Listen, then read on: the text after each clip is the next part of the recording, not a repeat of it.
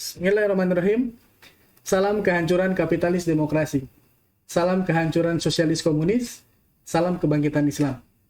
Hidup buruh, hidup mahasiswa. Assalamualaikum warahmatullahi wabarakatuh. Waalaikumsalam warahmatullahi wabarakatuh. Baik, teman-teman semua yang dirahmati oleh Allah Subhanahu wa taala. Alhamdulillah wa syukurillah sebagaimana yang sudah kita sampaikan sebelumnya bahwa podcast kita akan kemudian mulai kembali ya mengudara setelah kemudian beberapa waktu ya kita sebut itu time skip lah ya. Buat pecinta anime, time skip itu pasti tahu itu apa maksudnya. Setelah kemudian beberapa time skip ya tidak mengudara kembali ya di podcast kita, insya Allah kali ini kita akan melanjutkan kembali dengan mengawali segmen Nanya Ahli.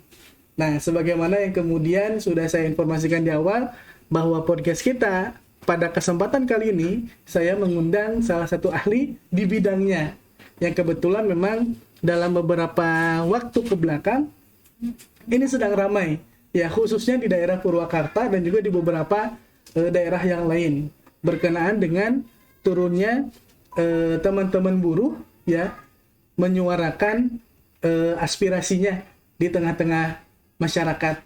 Nah, maka dari itu kita langsung nanya ahli nih, sebetulnya apa yang melatar belakangi teman-teman buruh itu sampai kemudian turun ke jalan? Agar kemudian semua elemen masyarakat yang lain pun itu mengetahui apa yang melatar belakangi, apa alasannya, dan bagaimana progres solusi kedepannya itu seperti apa. Jadi, untuk podcast kita kali ini saya langsung mengundang Pak Ade Supyani. Beliau adalah sebagai ketua PUK ya, PUK SPAMK FSPMI PTS SIWS ya. Sius PT Sumindo lah ya seperti itu. Nah, makanya saya undang beliau karena memang beliau di posisi yang strategis teman-teman semua. Ya berkenaan dengan pergerakan buruh ya khususnya di daerah Purwakarta seperti itu. Oke, gimana nih? Bagus, siap. Lanjut ya. Nah, alhamdulillah di tengah-tengah kita ya sudah ada Pak Ade Supyani yang insya Allah nanti kita akan sharing-sharing lah ya Pak Ade ya. Siap. Dalam waktu beberapa jam, lama banget. Beberapa waktu ke depan lah ya.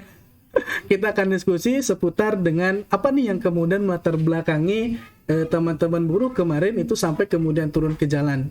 Sampai-sampai ini Pak ya, punten Pak, daerah Purwakarta khususnya daerah kota macet Pak. Lumpuh ya. Lumpuh karena memang saya kira aksi ini beda dengan yang lain dalam artian ada di beberapa titik begitu. Makanya kan memang bagi saya pribadi ini menjadi hal yang menarik untuk kemudian dibahas. Apa nih yang kemudian sampai beberapa organisasi buruh itu sampai turun ya menyuarakan sepertinya hal yang sama seperti itu. Nah, tidak perlu panjang kali lebar kali ya teman-teman semua. Kita langsung nanya kepada Pak Ade selaku ahli di sini ya berkenaan dengan dunia perburuhan. Seperti itu. Maka Pak Ade, Masya Allah. Ya, baik. Assalamualaikum warahmatullahi wabarakatuh. Assalamualaikum warahmatullahi wabarakatuh. Selamat ketemu kembali Kang Willy nih. Iya, ya. Masya Allah Pak Ade baru ketemu lagi ya. Teman-teman juga semuanya yang melihat podcast ini, ketemu lagi dengan saya Ade Supyani, Ketua PUK SPAMK SPMI PT Sumindo Warning System. Saya berterima kasih ke Kang Willy, satu kehormatan. Jujur kalau sama Kang Willy agak grogi nih ya. Aduh. Soalnya beda bahasa ya. Aduh, ngeri. Bahasa intelek dengan bahasa buruh agak beda gitu ya. Jadi ya mudah-mudahan saya bisa menjelaskan apa yang nanti ditanya Kang Willy terkait tema malam ini. Mudah-mudahan bisa menjelaskan sedetil mungkin dan siapapun yang menonton podcast ini bisa paham sih kenapa kemarin kita bisa turun besar-besaran. Bahkan kemarin alhamdulillah seluruh elemen buruh ya, seluruh SP yang ada di Purwakarta bersatu padu memang turun sama-sama. Yang biasanya kita nggak bareng, kemarin itu bareng. Iya. Ya, makanya memang khususnya ya di daerah kota Purwakarta nih beberapa titik ini lumpuh. Biasanya cuma sampai siang, ini sampai sore nih. Sampai teman anak yang mau antar pesanan itu jadi terlambat. Karena memang luar biasa yang kemudian angkat oleh teman-teman buruh ya. Yang insya Allah memang pada hari ini kita akan bahas itu semua. Dan tujuan dari podcast kita ini agar kemudian kita mau mengetahui nih, betul Pak De ya, agar mengetahui apa sih sebetulnya aksi yang kemarin itu ya sampai kemudian teman-teman buruh itu turun. Aksi yang kemarin itu adalah rentetan aksi yang kesekian kali. Memang puncaknya kemarin di hari Rabu ya, hari Rabu kita turun semua elemen buruh. Ini berkaitan dengan penetapan upah minimum Kabupaten Purwakarta tahun 2022. Di mana memang dalam perjalanannya kemarin rapat terakhir Dewan Pengupahan di hari Jumatnya sebelum kita Rabu turun itu menyatakan bahwasannya upah Purwakarta itu mengikuti PP 36 tahun 2021, di mana ngikutin rumusan yang ada di PP itu menyebabkan untuk upah minimum Kabupaten Purwakarta akhirnya nol kenaikan, tidak kenaikan. Tentu ini nggak diharapkan oleh buruh, sehingga memang kita melakukan protes yang keras. Awalnya kita aksi kecil ya, 2 minggu sebelumnya kita menyampaikan pandangan kepada pemerintah. Sebelum akhirnya ada rapat Dewan Pengupahan, kita menyampaikan tentang PP 36. Kita udah sebelum ada data-data yang dari Menaker, kita udah pelajari tentang PP 36 dan kita udah baca kemungkinan kalau PP 36 kita tidak akan naik atau walaupun naik hanya sedikit. Waktu itu ketemu langsung dengan Ibu Bupati. Ibu Bupati menyampaikan pada prinsipnya beliau juga menginginkan ada kenaikan. Nggak mungkin katanya upah Purwakarta nggak ada kenaikan. Sementara semua orang tahu harga-harga barang di pasaran seperti minyak goreng segala macam banyak lah ya yang kita konsumsi atau yang kita beli tiap hari itu semua hampir rata-rata naik. Nah makanya Abu menyampaikan saya berkeinginan bahwasanya upah Purwakarta harus naik. Akan tetapi harus tidak boleh bertentangan dengan ketentuan yang ada. Ini permasalahannya. Satu sisi secara naluri sebagai pimpinan pemerintahan Purwakarta ingin menaikkan upah buruh, tapi satu sisi dia paham tentang PP 36 yang mengatur tentang sistem pengupahan yang harus dilaksanakan pada saat itu. Nah akhirnya memang karena setelah itu ditindaklanjuti ada rapat Dewan Pengupahan. Di rapat Dewan Pengupahan kebetulan wakil dari kami dari SPMI diinstruksikan untuk tidak hadir ya, karena memang kita kalau ada komitmen di awal bahwasanya kita akan menentukan upah tidak menggunakan PP 36 oke. Tapi kalau dalam PP 36 kita kan sedang JR ya di Mahkamah Konstitusi. Kalau misalkan kita tidak JR tapi kita mengikuti PP 36 berarti apa artinya JR, sehingga memang kita tidak datang.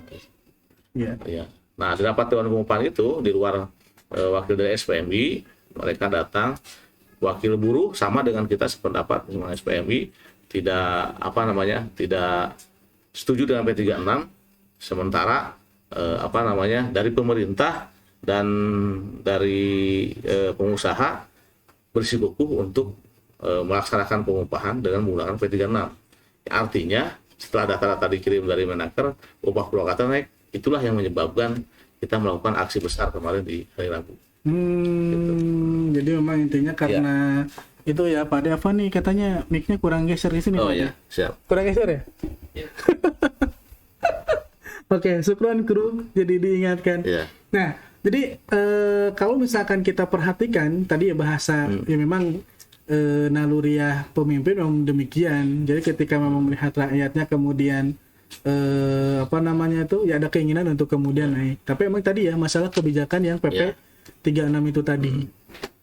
Tapi itu terkait PP yang 36 itu munculnya itu masih turunan dari Undang-Undang Cipta Kerja. Undang-Undang Cipta Kerja ini. Nomor 11 tahun 2020 atau Omnibus Law lah biasanya. Omnibus Law. Jadi memang akar masalahnya memang balik lagi ke Omnibus Law, dan memang sekarang dirasakan efeknya tahun ini ya. Ya, betul. Jadi begini, ini kita agak menyayangkan, ini kan kebijakan pusat. Satu sisi memang dari awal kita menolak Omnibus Law dikarenakan mulai dari proses pembentukannya tidak sesuai dengan aturan yang berlaku. Terbukti kemarin di Keputusan Mahkamah Konstitusi dibenarkan Bahkan tegas hakim menyebutkan Undang-Undang Nomor 11 Tahun 2020 pembentukannya inkonstitusional, tidak sesuai dengan undang-undang, sehingga disebutkan di situ inkonstitusional.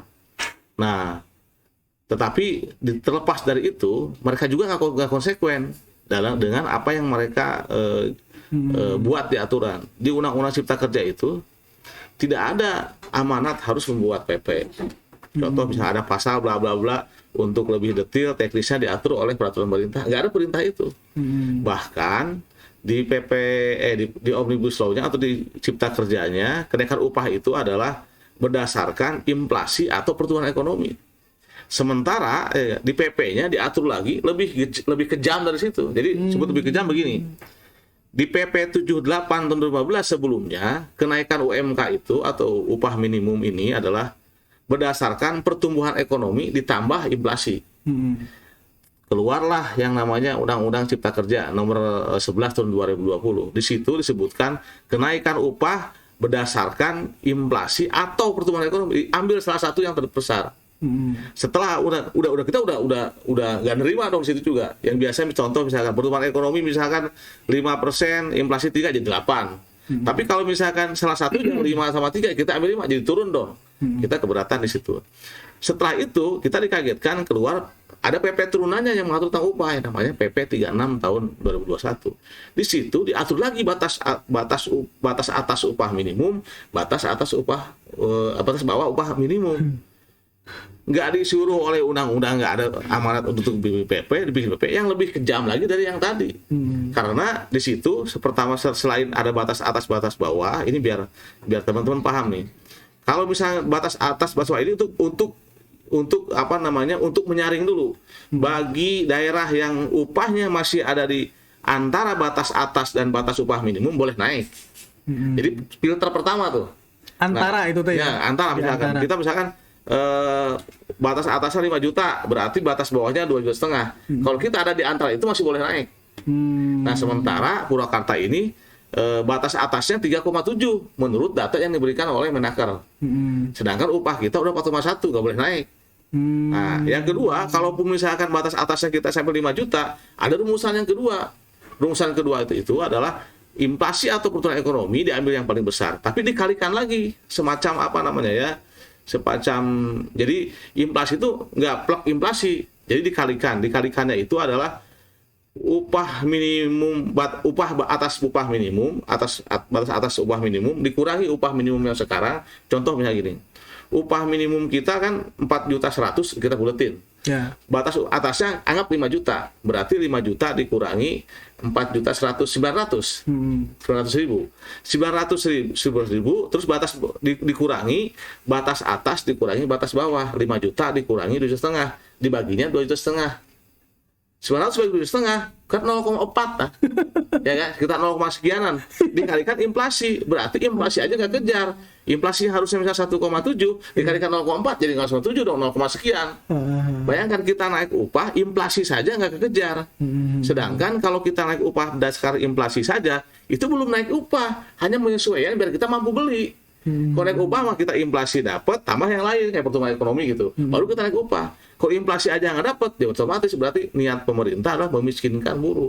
Itulah yang kenapa kita melakukan protes yang sangat keras, dan itu dirasakan oleh semua buruh, sehingga kepentingannya sama. Ini bukan lagi soal bendera, tapi kepentingannya tentang masa depan buruh. Betul. Hari ini buruh, nanti adik-adik kita, termasuk anak-anak kita. Makanya kita turun bersama. Begitu. Itu rumusan tadi itu memang rumusan dari PP 36 dari pemerintah yang bikin. Itu kan. Tapi di undang-undangnya kan nggak ada perintah untuk bikin peraturan pemerintah. Giliran bikin peraturan pemerintah lebih kejam daripada undang-undangnya. Tapi kalau peraturan pemerintah itu memang dari pemerintah pusat yang dibuat langsung. Gitu. Jadi memang yang paling parahnya itu demikian. Jadi di undang-undang di PP 36 itu ada pasal yang menyebutkan, bentar ya. Kita lihat dulu. Pemerintah pusat menetapkan kebijakan pengupahan sebagai salah satu upaya mewujudkan hak pekerja atas penghidupan yang layak bagi perusahaan. Bahasanya bagus, manis ya. Jadi P3 ini itu diperuntukkan untuk buruh supaya buruh itu mendapatkan penghidupan yang layak bagi perusahaan. Kan udah bagus dan menarik. Tapi yang kedua, kebijakan pengupahan sebagai yang dimaksud pada ayat 1 merupakan program strategis nasional. Ketiga, pemerintah daerah dalam melaksanakan kebijakan pengupahan wajib berpedoman pada kebijakan pemerintah pusat, di mana disandingkan lagi, ditekankan lagi dengan Undang-Undang Nomor 30 Tahun 2014 yang kewajiban pemerintah daerah ikut program strategis nasional, ada diatur begitu. Nah, yang dasarnya ini, program strategis nasional ini kan isinya adalah memiskinkan. Di sini bilangnya ada untuk penghidupan yang layak, tapi aktualnya memiskinkan. Sementara pemerintah daerah dipaksa harus tunduk, harus melaksanakan. Bahkan diancamnya tuh sampai ada pertemuan yang terakhir itu waktu kita demo agak gede, yang demo sorenya itu. Ambu kan Ibu Bupati kita baru pulang dari Jakarta, memang buru-buru karena ada demo di sini. Sampai dia ngomong juga, mau nggak kalian saya dinonaktifkan selama 6 bulan? Itu bilangnya. Kalau saya nggak ikut ini, saking jadi intervensi sama pemerintah. Sementara saya yakin pasti hati kamu juga menangis waktu itu nggak bisa menaikkan upah. Gitu. Jadi memang aturan ini yang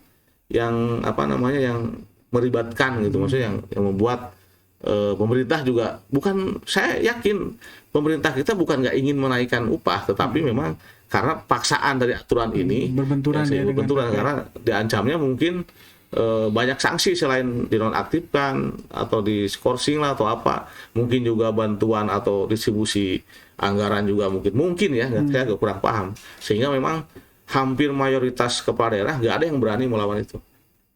Begitu. PP yang PP tadi 36 itu tahun 2001. Jadi memang posisinya teman-teman buruh yang kemarin turun di daerah ini memang masih bisa dikatakan mentok juga kali ya? Ya sempat mentok. Berhasil? Sempat mentok. Jadi waktu kita demo besar itu, hari Rabunya itu mentok. Kita pulang hampir jam 9 malam. Kita udah coba diskusi, Ambu juga udah pusing kayaknya, dia nggak mau nemuin lagi. Kita di diskusi dengan perwakilan Disnaker, Setda sama Biro Hukum, tetapi intinya tetap bersikukuh pada PP36. Bukan nggak ingin menaikkan tapi nggak bisa. Ini aturannya begitu. Nah, tetapi alhamdulillah ya, ini pertolongan Allah Subhanahu Wa Taala.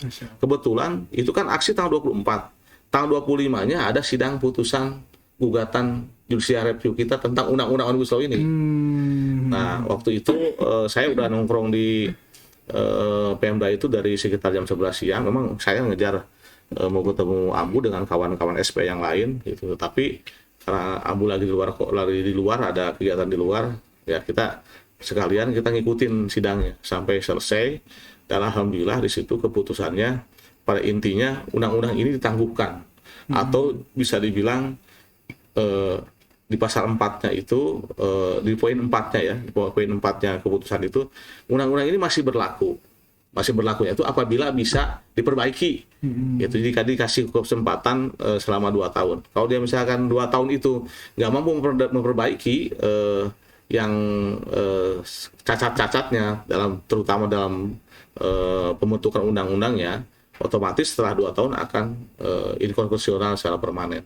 Dan untuk itu poin 7 menyampaikan segala jenis yang kebijakan yang strategis itu minta ditangguhkan, sehingga memang dari situ mungkin seluruh kabupaten juga, bupati dan biro hukumnya juga melihat, semua pasti memantau itu kan. Nah, alhamdulillah pas ketemu sore ya habis asar sama Abu, kita udah bawa draft gitu kan dari Serikat Pekerja, dari teman-teman SPSI, ada Bu Ira, ada dari SPN gitu kan. Kita udah diskusi beberapa jam itu apa yang kita ajukan supaya kita ada kenaikan.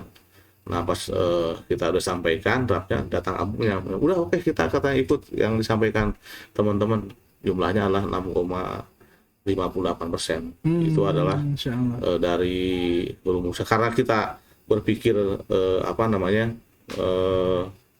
undang-undang ini kan udah nggak bisa jalankan sesuai dengan kebutuhan kompetisi, pemahaman kita, sehingga kita kembali ke undang-undang yang lama, undang-undang 13 sama PP 78. Itu akhirnya muncullah angka yang 6,58% 6,58% kenaikannya. Ya. kenaikannya ya. Jadi memang saya kira udah jelas ya teman-teman semua ya berkenaan dengan alasan apa yang kemudian menjadikan teman-teman buruh itu kemarin aksi besar-besaran ya khususnya di Purwakarta. Karena mengenai pengupahan ini bagian daripada haknya buruh Pak ya. Ya. Jadi setiap tahun itu memang ada kenaikan. Memang begitu Pak? Betul. Nah, tapi karena memang posisinya tadi ya dengan aturan ada upah atas ya, atas maksimum batas atas upah minimum. Batas atas upah minimum. Udah membatas atas masih minimum. Jadi kalau misalkan yang sudah mencapai batas atas itu udah nggak bisa naik. Nggak boleh naik. Nggak boleh naik. Karena memang peraturan di PP 36-nya itu memang seperti itu, kayak begitu. Sedangkan di sisi lain ada kebutuhan dari teman-teman buruh yang kemudian memang itu mengharuskan si upah itu harus naik. Di antaranya karena kebutuhan ekonomi lah ya, seperti halnya sembako dan yang lainnya pun itu naik. Makanya memang kenaikan ini harus teman-teman semua ya untuk di di kalangan buruh seperti itu. Karena kalau misalkan tidak naik, ya ini akan memang berdampak seperti itu ya. Betul. Memang kalau bahasanya ya teori upah besi itu kan begitu ya. Di mana bahan-bahan pokok naik, ya upah pun harus naik kayak begitu. Jadi nggak bisa kemudian ketika bahan pokok itu naik, upah tidak naik. Wah ini memang bisa menjadi awal kegaduhan lagi nih. Iya, betul. Kayak begitu. Masya Allah, paham Pak. Luar biasa ini ilmunya nih. Ya alhamdulillah untuk Purwakarta selesai ya. Di tingkat kabupaten kita udah selesai. Ambu alhamdulillah bisa dibilang bersepakat dengan kita. Bahkan kemarin juga hadir juga perwakilan Apindo. Jadi kita udah diskusi, ada Disnaker, ada Apindo, ada kita. Angka 6,8 itu adalah angka diskusi kita lah, angka negosiasi kita. Walaupun memang Apindo sikapnya tidak berkata bahwa saya menerima, tetapi dia menyampaikan saya apa yang diputuskan oleh Bupati apapun itu gitu, saya akan mengamankan keputusan itu, akan menjalankannya perusahaan gitu.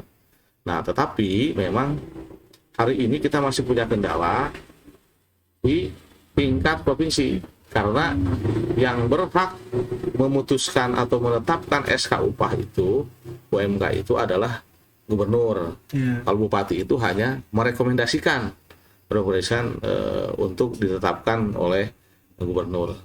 Nah kita masih punya kekhawatiran di tingkat provinsi ini yang nanti gubernur yang menetapkan UMK Jabar ini, karena kemarin kita juga ngawal waktu hari Jumat itu kita ngawal sampai jam hampir setengah 10 malam rapat Dewan Pengupahan Provinsi, di mana memang akhirnya nggak ada kesepakatan.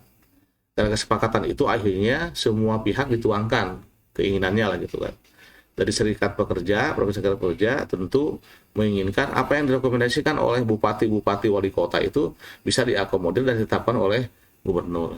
Sementara pihak pemerintah dan pihak Apindo justru masih bersikukuh tetap ingin menjalankan PP 36. Walaupun udah ada keputusan Mahkamah Konstitusi.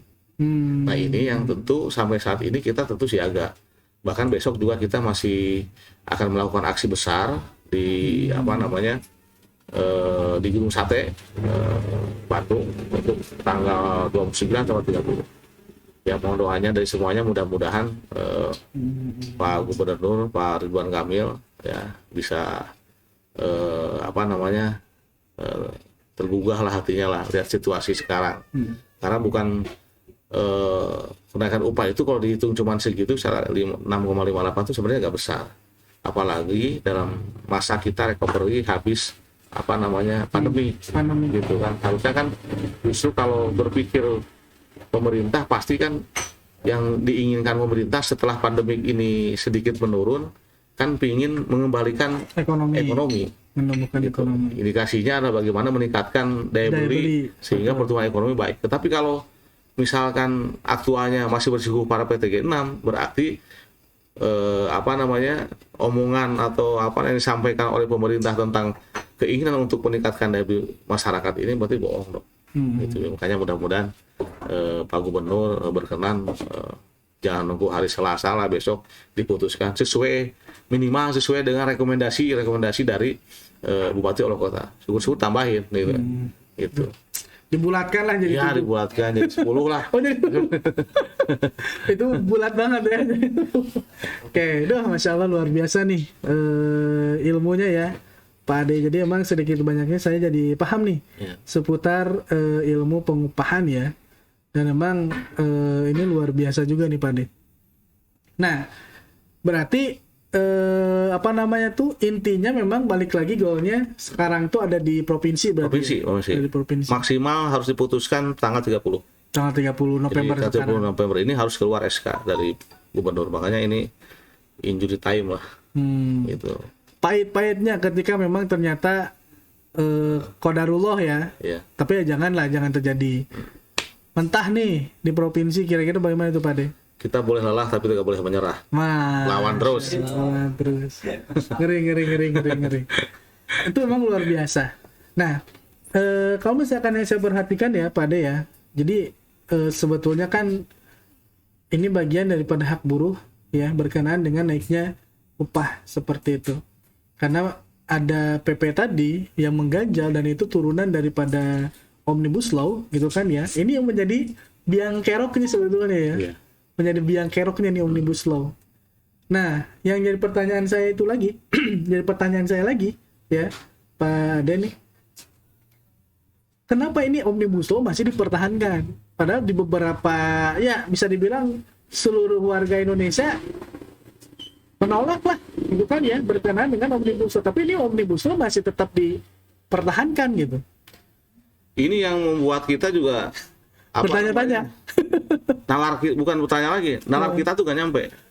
Gak tahu apakah kita masyarakat kecil atau buruh ini memang terlampau bodoh gitu kan, dan pejabat ini terlalu pintar gitu. Kemarin kan disampaikan tanggal 25 itu sudah diputuskan, keputusannya adalah ditangguhkan atau inkonstitusional bersyarat, masih bisa berlaku nanti pada saat pemerintah mampu membetulkan atau melengkapi lah kekurangan-kekurangan itu, dikasih waktu gitu kan, prosesnya supaya benar ada pembentukan undang-undang. Tetapi sikap pemerintah sampai sekarang dengan pengusaha masih bersikukuh, kan aneh gitu maksudnya. Aneh itu gini ya, udah jelas keputusan Mahkamah Konstitusi demikian, tapi dia mempunyai argumen sendiri gitu, sehingga kita berpikirnya ini masyarakat, pemerintah ini tentu bersama DPR dong, ya enggak? Iya. Undang-undang itu. Sebenarnya bikin undang-undang itu siapa? Apalagi DPR yang notabene-nya adalah wakil rakyat. Mohon maaf nih kalau ada anggota dewan yang nonton ya. Mohon maaf nih, saya mohon maaf dengan segala ketulusan hati nih saya. Anda ini adalah teman-teman di DPR ini adalah wakil kami. Tetapi memilih berlawan dengan kami. Harusnya ya pada saat kemarin lah prosesnya udah semua tahu lah, dijelaskan secara gamblang di Mahkamah Konstitusi oleh para hakim Mahkamah Konstitusi bahwa saya ini sesuai dengan undang-undang. Harusnya malu dong, ya. Tapi sekarang masih bersikukuh, malah bukan bersikukuh, pemerintah bersikukuh dan anggota dewan diam, tidak ada di barisan masyarakat rakyat, sementara dia ngakunya anggota dewan wakil rakyat. Gitu. Nah, saya dalam kesempatan ini mudah-mudahan ada yang nonton, syukur-syukur banyak yang nonton ya. Iya, anggota dewan saya mewakili masyarakat kecil, Pak, ya gak? Ibu, ya gak? Mohon maaf nih, tolong dong ya gak? Ini didengarlah, misalnya kita kalau misalnya ada kebijakan itu ya, lebih berpihak kepada masyarakat lah, kepada rakyat kecil, terutama masyarakat kelas menengah ke bawah seperti kami ini. Iya. Nih kalau misalkan kita lihat kan di sistem demokrasi kan kedaulatan sebetulnya di tangan rakyat, betul tadi ya. Yang disampaikan oleh Pak Ade bahwa itu seharusnya malu itu karena memang kedaulatan ada di tangan rakyat. Ketika rakyat menolak, ya sudah seharusnya jangan kemudian dipertahankan seperti itu. Makanya kan di awal disampaikan salam kehancuran kapitalis demokrasi karena nggak sesuai dengan demokrasi gitu. Penolakan di mana-mana Kang Rudi kan ya. Boleh dicek ya, walaupun nggak diberitain ya, nggak masuk streaming atau TV-TV ini, tetapi penolakan semua provinsi hampir semua terus jalan. Ini kan berarti kan masalah. Kecuali misalkan yang nolaknya yang demo Jawa Barat doang. Yang lain happy-happy aja. Berarti masalah Jawa Barat doang dong. Seluruh provinsi yang ada buruhnya, bahkan kan bukan hanya klaster ketenagakerjaan, klaster yang lain juga sama. Ada yang urusan dengan pertanian, mereka juga sama protes. Yang dengan lingkungan adat, banyak juga yang melakukan protes. Berarti undang-undang ini masalah, tapi masih bersikuku. Ini yang buat kita ini orang awam tuh jadi berpikir sebenarnya mereka tuh siapa? Itu kok bersikukuh banget gitu maksudnya. Tetap ingin menjalankan ini gitu.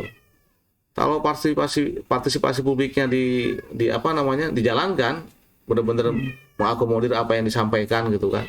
Ya mungkin nggak akan begini. Iya, gitu. Betul. Nah kan kalau ini kan udah diketok ya? Udah kemarin tahun 25. Udah diketok ya? Tahun 25 kemarin udah diketok. Jadi ada beberapa poin yang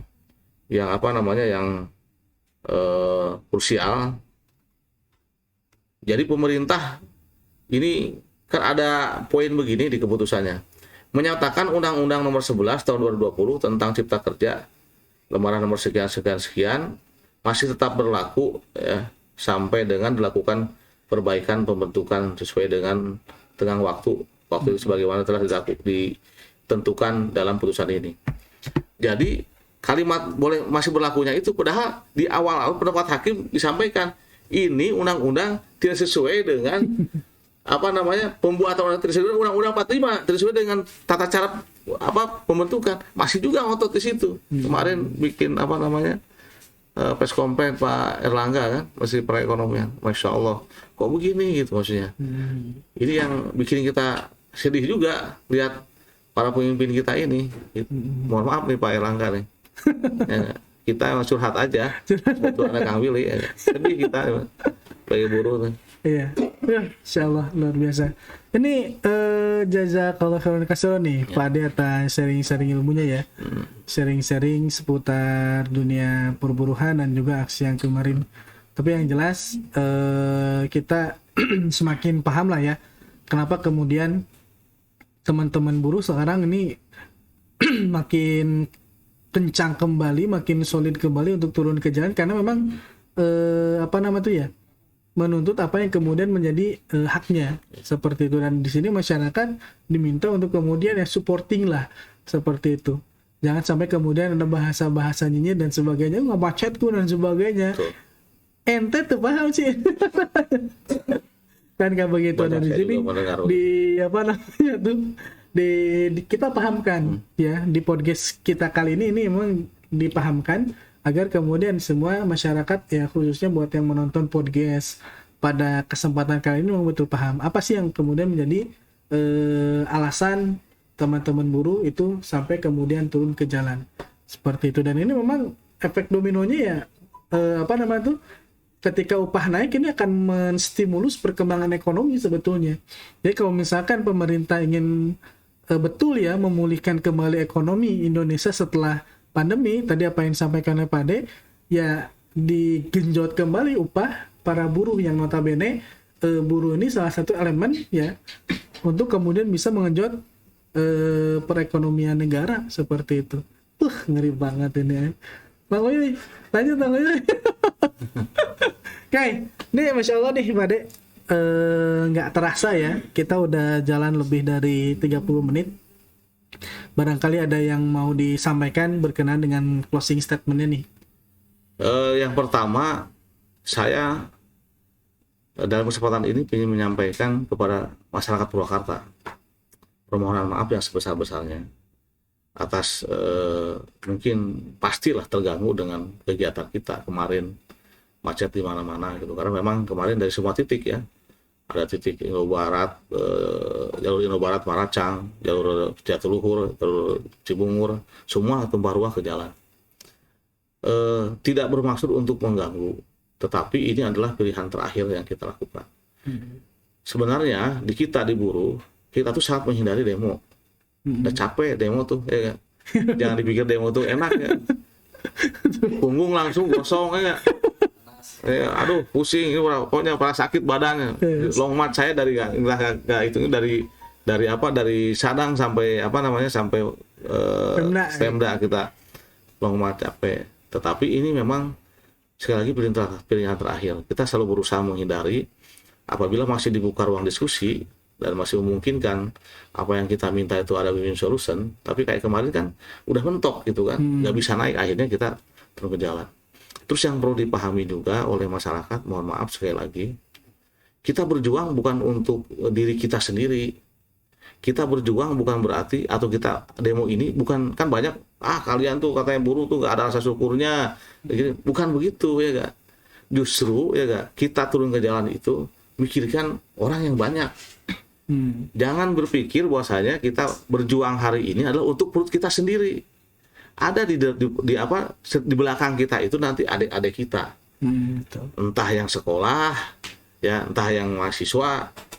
Kalau orang tua misalkan yang ada di Purwakarta, masa ridho gak kira-kira nanti setelah anaknya sekolah minimal 12 tahun, kuliah menjadi 16 tahun, terus nanti masuk dunia kerja, upahnya kecil. Apalagi di Omnibus Law ada sistem kontrak berkepanjangan dan lain-lain. Kenapa kita tolak? Kasihan mereka nggak dapat pelindungan penghasilan, nggak mendapatkan pelindungan hukum dan pekerjaan. Jadi ini adalah perjuangan bukan hanya untuk hari ini, tapi untuk seluruh masyarakat.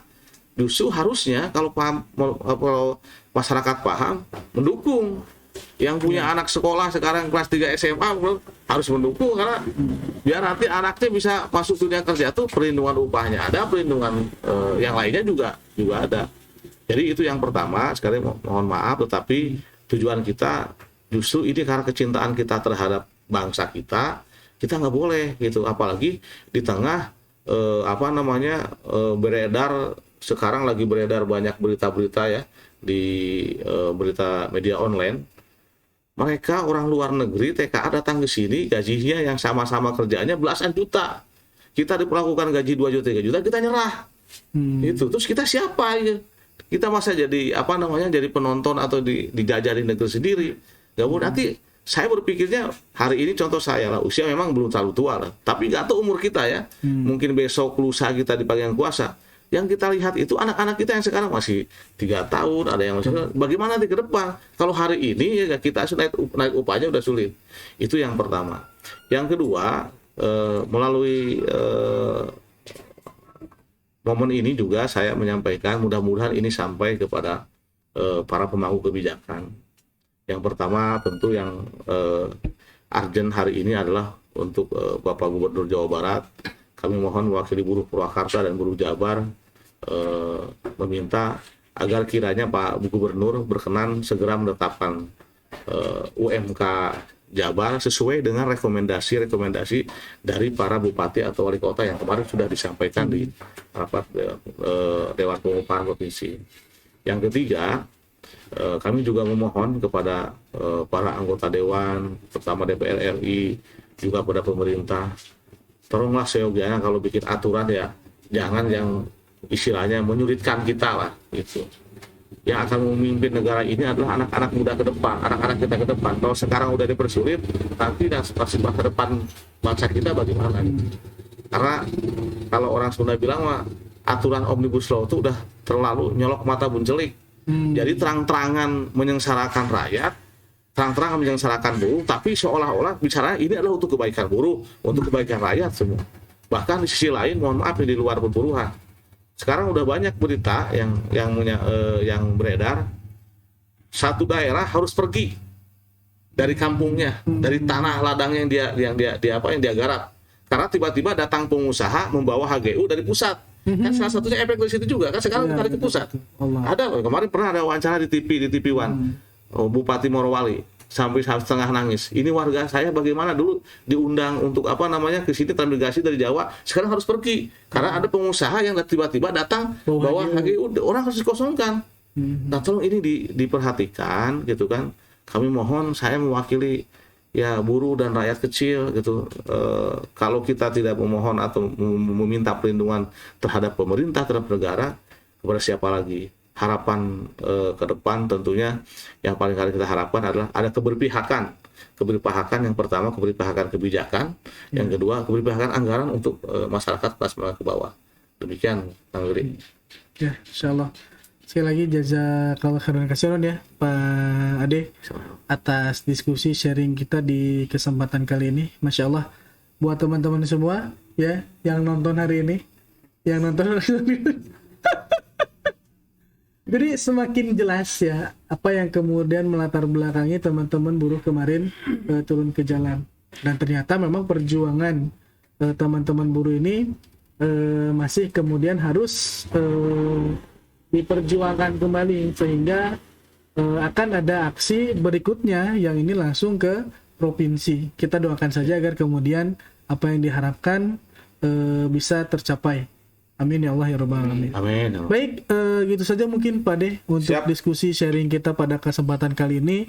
Sebelumnya saya ucapkan terima kasih Sama-sama Kang Willy. kepada Pak De ya atas sharing-sharingnya, dan juga saya pun mengucapkan terima kasih kepada kru yang bertugas. Masya Allah. Dan juga tempatnya nih dari Selami Rasa ya. Selami Rasa ya. Masya Allah, Kang Andri yang sudah memberikan kesempatan untuk kita sharing-sharing ya. Jadi teman-teman yang mau nongkrong bisa nih ke sini nih. Tempatnya di deket Masjid Al-Maghfirah ya. Pokoknya di dekat Masjid Al-Maghfirah.